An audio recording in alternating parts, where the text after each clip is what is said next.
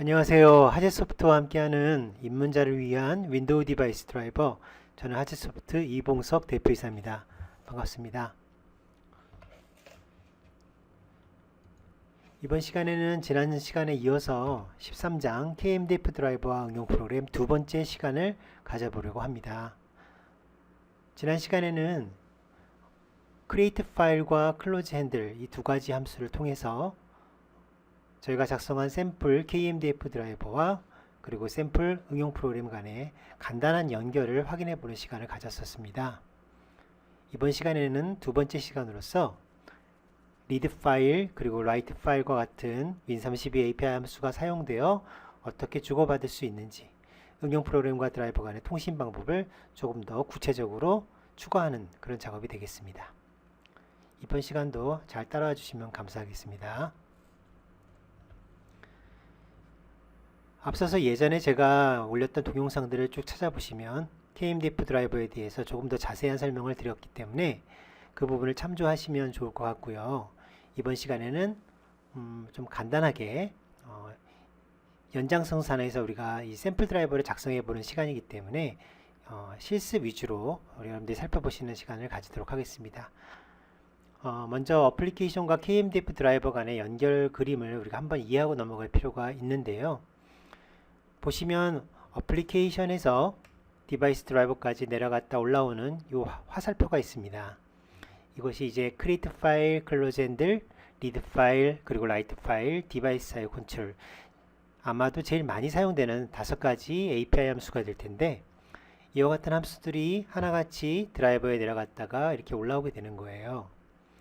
그런데 이제 꼭 기억하실 부분은 지금 저희가 실습하는 드라이버가 KMDF 드라이버이기 때문에 디바이스 드라이버로 바로 전달되기보다 그 앞에 KMDF 프레임워크라고 하는 요소가 있습니다. 이 KMDF 프레임워크를 통해서 여러분들에게 전달된다, 이렇게 기억하셔야 되고요. 그리고 디바이스 드라이버 쪽에서는 이벤트 콜백이라는 이름을 가진 함수가 있어야 됩니다. 그래서 이 이벤트 콜백 함수가 각각의 win32 API 함수에 대응되어 여러분들이 처리가 된다, 이렇게 이해하시면 좋을 것 같습니다. 대부분의 설명은 사실 MSDN 사이트에 그 사용법이 다 나오기 때문에 여러분들이 쉽게 찾아보실 수 있을 것 같고요. 여기서는 그 중에 이제 이 실 예제에서 우리가 사용하게 될 것들만 잠깐 언급을 하겠습니다. read 파일, write 파일, 디바이스 컨트롤은 win32 API 함수죠. 그 중에서도 read 파일이라는 함수에 대해서 이렇게 설명이 나와 있는데, 한마디로 read 파일은 버퍼에 주소를 넣어주고, 리드 파일이 무엇인가요? 뭔가를 읽겠다는 거잖아요. 그러니까 어플리케이션 입장에서 드라이버에게 뭔가를 달라, 내가 가져가겠다. 그러니까 방향으로 보자면 데이터의 방향이 드라이버에서 어플리케이션으로 올라오는 방향입니다. 데이터를 읽고자 하는 버퍼, 결국 이 결과가 이곳에 담기는 거죠. 리드 파일을 수행하고 나서 이 결과가 참이면 그 데이터는 여기 버퍼에 담겨질 것이다 라는 것을 알 수가 있고요. 그리고 세 번째 파라미터는 내가 그럼 읽으려는 크기가 얼마나 되느냐, 정확하게 얘기하자면 이 버퍼의 크기가 되겠죠. 내가 준비한 버퍼의 크기가 얼마나 되는지를 반드시 이곳에 파라미터로 넣어줘야 됩니다. 그래서 이렇게 들어간 값이 나중에 디바이스 드라이버에게 전달이 되기 때문에 드라이버는 이 값을 참조로 해서 적당한 크기만큼의 데이터만 어플리케이션으로 넘겨주게 되는 거죠. 만약에 응용 프로그램이 요구하는 크기보다 드라이버가 더 큰 데이터를 넣어주게 되면 당연히 오버플로우가 발생하게 될 겁니다. 반드시 읽으려는 크기가 세 번째 파라미터로 들어가야 됩니다.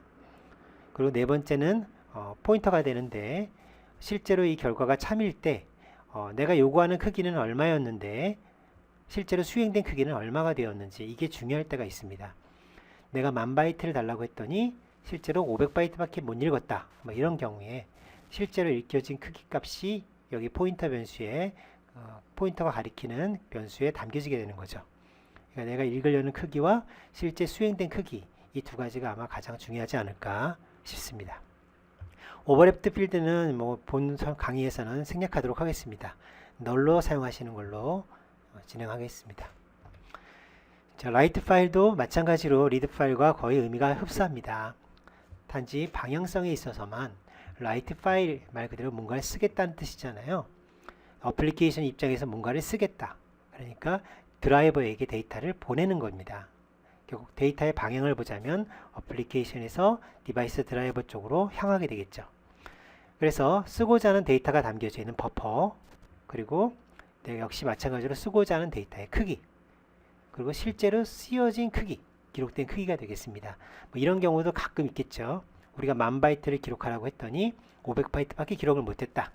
뭐 이런 경우에 이 필드가 중요한 의미를 가질 겁니다. 디바이스 IO 컨트롤이라는 함수가 있는데요. 이 함수는 IO 컨트롤 코드라고 하는 4바이트짜리 IO 컨트롤 코드가 사용되는 게 그 특징입니다. 우리가 어플리케이션과 드라이버 간의 리드 파일, 라이트 파일 같은 함수들은 읽겠다, 쓰겠다 말고는 다른 의미를 전달할 수 있는 방법이 없잖아요.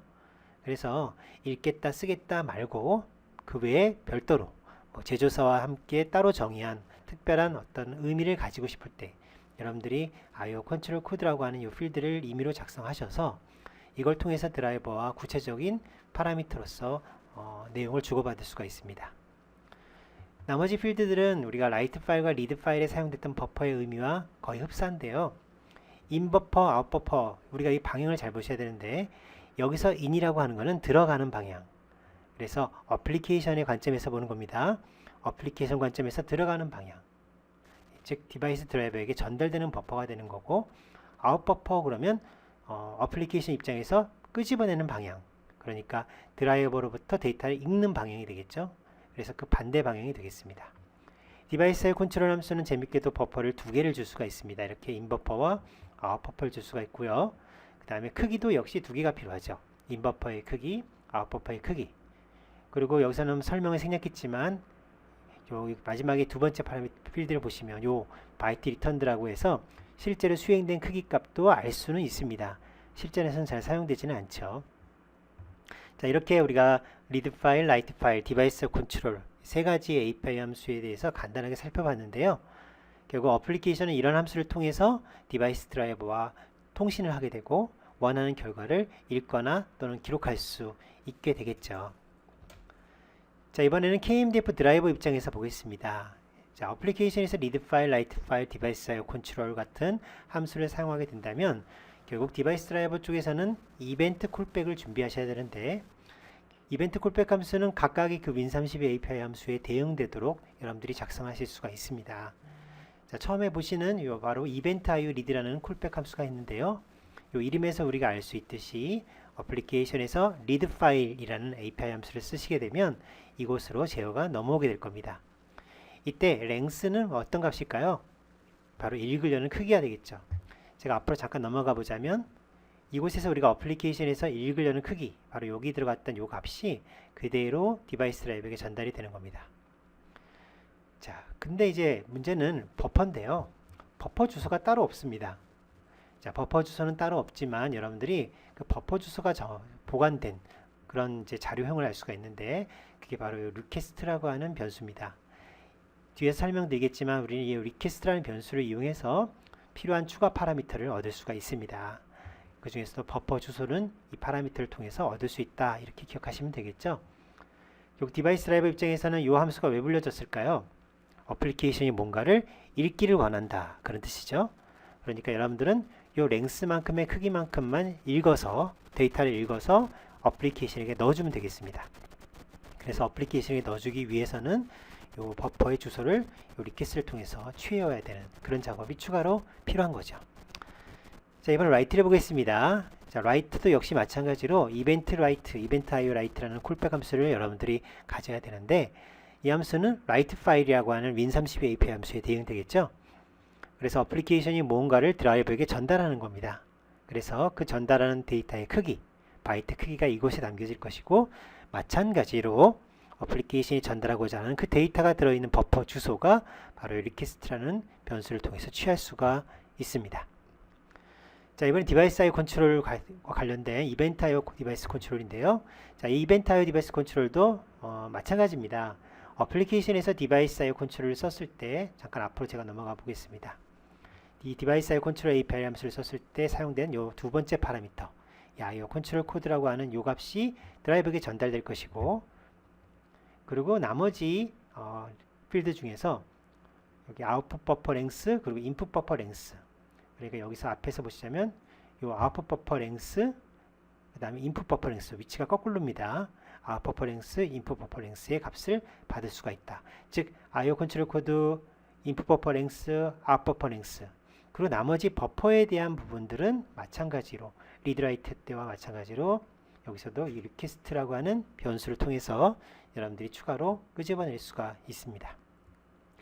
자, 이렇게 우리가 어플리케이션에서 API 함수를 사용하면 디바이스 드라이버 쪽에 이벤트 콜백 함수가 불려지고 파라미터는 어떻게 취할 수 있는지를 우리가 살펴봤습니다. 자, 그러면 이번에 버퍼 주소를 어떻게 끄집어낼 수 있는지를 한번 배워보는데요. 버퍼 주소를 끄집어내기 위해서는 wdf request retrieve라는 함수를 쓰게 되는데, 이때 이 retrieve 뒤에 input buffer라고 쓰면 input buffer를, output buffer라고 쓰면 output buffer를 끄집어내는 겁니다. 이때 사용하는 방법을 보시면 input buffer라고 했을 때, 자, 두 번째 필드에는 내가 뽑아낼 데이터의 예상하는 크기. 자, 여러분들이 좀 헷갈릴 수 있는 부분이 있는데요. 제가 그래서 뽑아낸다는 말을 썼습니다. 자, 뽑아낸다는 거는 무슨 의미입니까? 그러니까 어떤 데이터를 지금 제가 끄집어낸다, 뽑아낸다. 어플리케이션이 디바이스 드라이버에게 전달한 데이터를 뽑아낸다, 이런 뜻입니다. 그러니까 어플리케이션이 디바이스 드라이버에게 전달한 데이터, write 파일이 되겠죠? 그러니까 win32 함수 입장에서 보면 write 파일, 그 함수가 바로 여기에 해당하는 버퍼가 되겠습니다. 그러니까 어플리케이션이 드라이버에게 전달한 버퍼를 끄집어내려고 하니까 뽑아낼 데이터의 예상 크기, 그리고 뽑아낼 데이터가 들여져 있는 그 주소, 버퍼 주소가 담겨진 포인터, 그 다음에 실제로 끄집어 봤더니 데이터가 얼마큼 들어있더라라는 버퍼의 크기가 이렇게 담겨지게 되는 거죠. 그러니까 여러분들이 이제 이 함수를 통해서 버퍼 주소와 크기 값을 알아내게 된다면 그 다음엔 어떻습니까? 그냥 그 버퍼에 접근해서 데이터를 가져가시면 그게 바로 어플리케이션이 드라이버에게 전달하는 write 파일이라는 함수를 통해서 전달한 데이터가 들어있게 되겠죠. 자, 아웃풋 버퍼도 반대로 마찬가지의 의미를 가집니다. 아웃풋 버퍼, 즉 어플리케이션에서 뭔가를 기다리고 있는 겁니다. 그래서 디바이스 드라이버는 어플리케이션에게 데이터를 넣어줄 겁니다. 그래서 제가 넣을 데이터라고 표현한 겁니다. 디바이스 드라이버에선 내가 얼마큼의 데이터를 넣어주려고 한다라는 예상하는 크기 값을 주게 되는 거고요. 그리고 넣어주고자 하는 그 데이터를 실제로 어디다 넣어주려면 버퍼 주소가 있어야 되잖아요. 버퍼 주소를 담기 위해서 이렇게 포인터 변수를 제시를 했습니다. 이 함수가 이제 리턴되고 나면 이 버퍼라고 하는 이 포인터 변수를 통해서 여러분들이 어플리케이션이 담을 수 있는, 가져갈 수 있는 그 데이터를 지시하는 버퍼를 여러분들이 얻게 되는 거죠. 그러니까 우리가 중요한 건 이 함수를 썼다고 해서 데이터가 복사되는 게 아니고요. 여러분들 이 함수를 쓰면 버퍼 주소를 얻어오는 거예요. 그러니까 결국 실제 데이터를 넣어주는 건 여러분들이 넣어주셔야 됩니다. 이 버퍼 주소에다가. 그리고 마지막으로는 넣어줄 이 버퍼 주소의 실제 용량, 크기가 되겠죠. 이 용량 크기를 넘지 않는 수준에서 데이터를 넣어주셔야지, 안 그러면 오버플러가 발생하게 되는 겁니다. 자, 결국 인풋 버퍼와 아웃풋 버퍼라고 하는 요 각각을 끄집어내기 위해서 우리가 이와 같은 함수를 통해서 버퍼를 다룰 수 있다라는 것까지 배웠습니다. 자, 이제 마지막으로 우리가 리퀘스트를 완료하는 방법을 배워야 되는데요. 보통 리퀘스트를 완료할 때는 성공이다, 실패다 라는 사실만 가지고 완료를 하는 그런 경우도 있고, 또 때로는 어떤 크기 값, 실제로 처리된 크기 값을 반드시 명시해야 되는 경우도 있습니다. 자, 위에 있는 함수 wdf request complete는 파라미터를 보시면 성공이다, 실패다라고 하는 값만 이렇게 기록하고 있죠. 그래서 이거는 그냥 성공과 실패만 알려줄 수 있는 그런 완료 함수라고 할 수 있고, 두 번째는 그 외에 information, 여기 information이라고 하는 이 필드에 여러분들이 수행된 크기 값을 쓸 수가 있어요. 그러니까 실제로 처리된 크기 값, 몇 바이트를 읽었다, 몇 바이트를 썼다, 이런 것들을 정확하게 알려줄 수 있기 때문에 이 information을 여러분들이 주고 싶을 때는 wdf request complete 말고 wdf request complete with information 이라는 함수를 대신 사용할 수 있는 겁니다. 자, 그렇게 어려운 내용은 아닙니다. 그래서 여러분들이 이 작업을 할 때 코드를 잠깐 따라 보시면 금방 하실 수 있을 테니까 걱정하지 않으셨으면 좋겠습니다. 자, 이번에는 KMDF 드라이버 이벤트 콜백 함수가 등록되는 과정을 꼭 생각해야 되겠죠. 우리 앞에서 이벤트 콜백 함수는 어플리케이션에서 read 파일, write 파일, 디바이스 컨트롤 같은 함수를 쓰면 호출된다 라고 배웠는데, 그냥 막 호출되는 건 아닐 거 아닙니까? 반드시 등록 작업이 필요합니다. 자, 디바이스 드라이버는 바로 이와 같은 그림을 보시면 어플리케이션에서 전달된 어떤 리드 파일, 라이트 파일과 같은 함수가 KMDF 프레임워크 안으로 들어갈 때는 IRP라는 형식으로 들어갑니다. 이 IRP가 들어간 뒤에 이 IRP가 WDFQ라고 하는 이런 자료형의 WDF 리퀘스트라는 이름으로 보관이 되는데요. 결국 이벤트 콜백 함수는 이렇게 WDFQ에 보관된 리퀘스트를 끄집어서 되받는 그런 함수를 우리가 이벤트 콜백 함수라고 부르는 겁니다. 그래서 결과적으로 이벤트 콜백 함수는 바로 요 Q에 등록되어야지만 되는 거죠. 이 WDFQ에 여러분들의 이벤트 콜백 함수를 각각 등록해서 IRP를 받으면 이렇게 분기될 수 있도록 준비를 하셔야 되는 겁니다. 그렇다면 이제 어떻게 우리가 등록을 하는지 보겠습니다. 가장 대표적으로 많이 사용되는 함수가 바로 이 WDF-IO-Q-Create인데요. 자, 이 함수를 사용하시면 여기에 두 번째 파라미터에 config라고 되어 있습니다. 이곳에 이제 담겨지는 이 구조체가 바로 이벤트 콜백 함수의 주소가 보관된 그런 자료형이 되겠습니다. 자료 구조가. 자, 그럼 이제 이 자료 구조를 한번 살펴보도록 하겠습니다. 자, 굉장히 많지만 이 내용 중에서 오늘 수업과 관련된 부분은 세 가지가 되겠죠. 리드 파일, 라이트 파일, 그리고 디바이스 컨트롤을 내가 받을 것이다. 그 이벤트 콜백 함수의 주소를 바로 여기에 여러분들이 적어 놓으시면 되겠습니다. 간단하죠? 그래서 이렇게 이벤트 콜백 함수를 등록하시고, 그래서 이 Q 구조체를 만든 다음에 이것을 여기에 파라미터를 넣어서 IO Q create 함수를 쓰시면 등록 과정이 완료가 되는 겁니다. 어때요? 간단하죠? 자, 지금부터 제가 실습을 한번 해볼 텐데, 제가 12장의 예제와 다르게 13장의 예제는 소스 코드를 공유하지 않았습니다. 뭐 보안상 공유하지 않았다 이런 의미가 절대로 아니고요. 제가 강의를 진행하다 보니까 너무 제가 다 퍼주는 그런 느낌을 좀 가지게 되고, 그것이 그렇게 좋은 결과를 가져오지 않을 것 같다는 생각이 들어서 13장 예제는 제가 이전에 올렸던 12장 예제를 가지고 제가 화면에 보여드리는 내용을 가지고 추가 작업을 어떻게 했는지 그런 식으로 제가 설명을 해도 충분할 것 같아서 13장 예제는 의도적으로 소스 코드를 공유하지 않았습니다. 이 점 양해 말씀 부탁드리겠습니다. 자, 그러면 제가 한번 실습 동영상 한번 보도록 하겠습니다. 비주얼 스튜디오로 일전에 작업했던 바로 요 12장에 사용했던 예제입니다. KMDF 드라이버와 그 다음에 어플리케이션이 되겠는데요. 먼저 어플리케이션 소스부터 보는 게 쉬우니까 어플리케이션 소스부터 한번 살펴보도록 하겠습니다. 자, 지난 시간에 우리가 배웠던 소스이기 때문에 뭐 그대로 큰 차이는 없어요. 보시는데 어려운 점은 없으실 텐데, 추가된 내용을 제가 특별히 주석을 달았기 때문에 금방 확인이 되실 거예요. 제가 한번 추가를 어떻게 했는지 보겠습니다.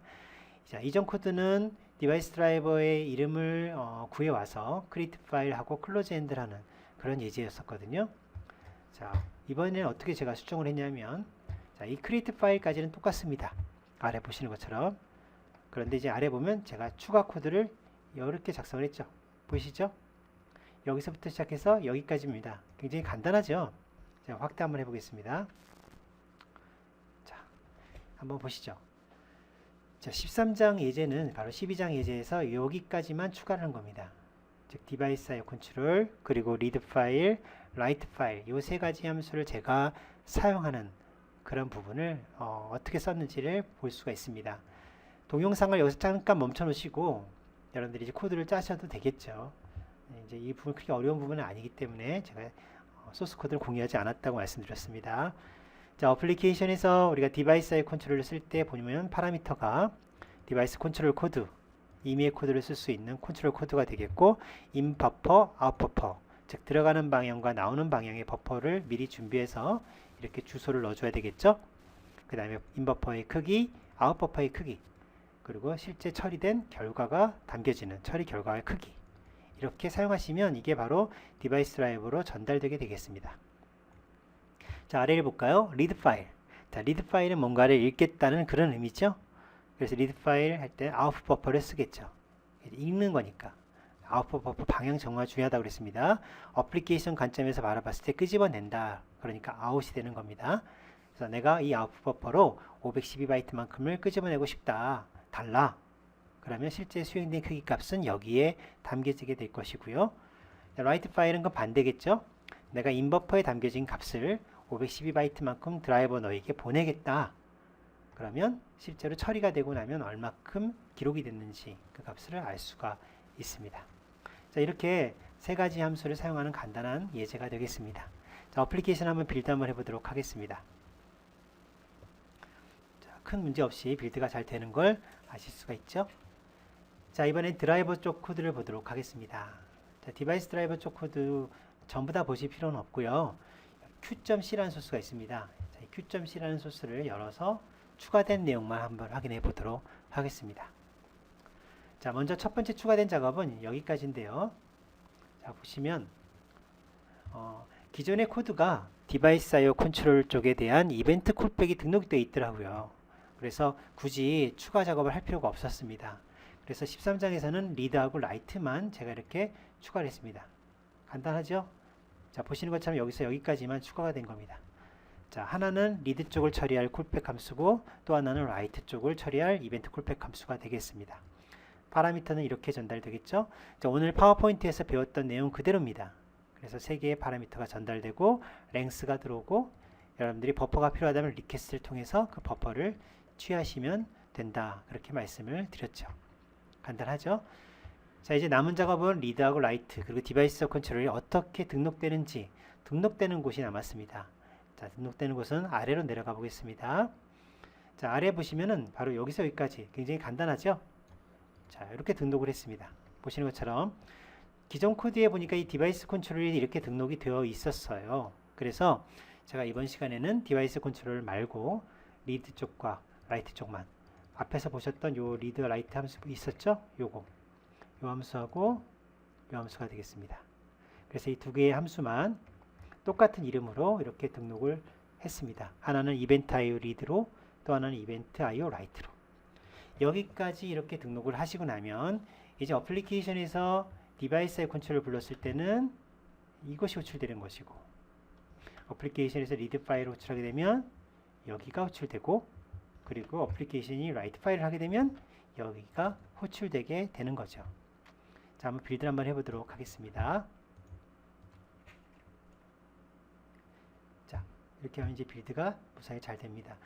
자, 결과적으로 이제 12장에서 제가 말씀드렸던 이와 같은 간단한 코드만 추가하시면 어플리케이션과 드라이버 간의 연결 작업은 큰 문제가 되지 않습니다. 자, 그런데 제가 이 예제에서 지금 보면 여러분들에게 추가의 작업이 좀 빠졌습니다. 자, 현재 이 상태로 만약에 그냥 그대로 쓰게 되면 정상 동작을 하지 않을 수 있어요.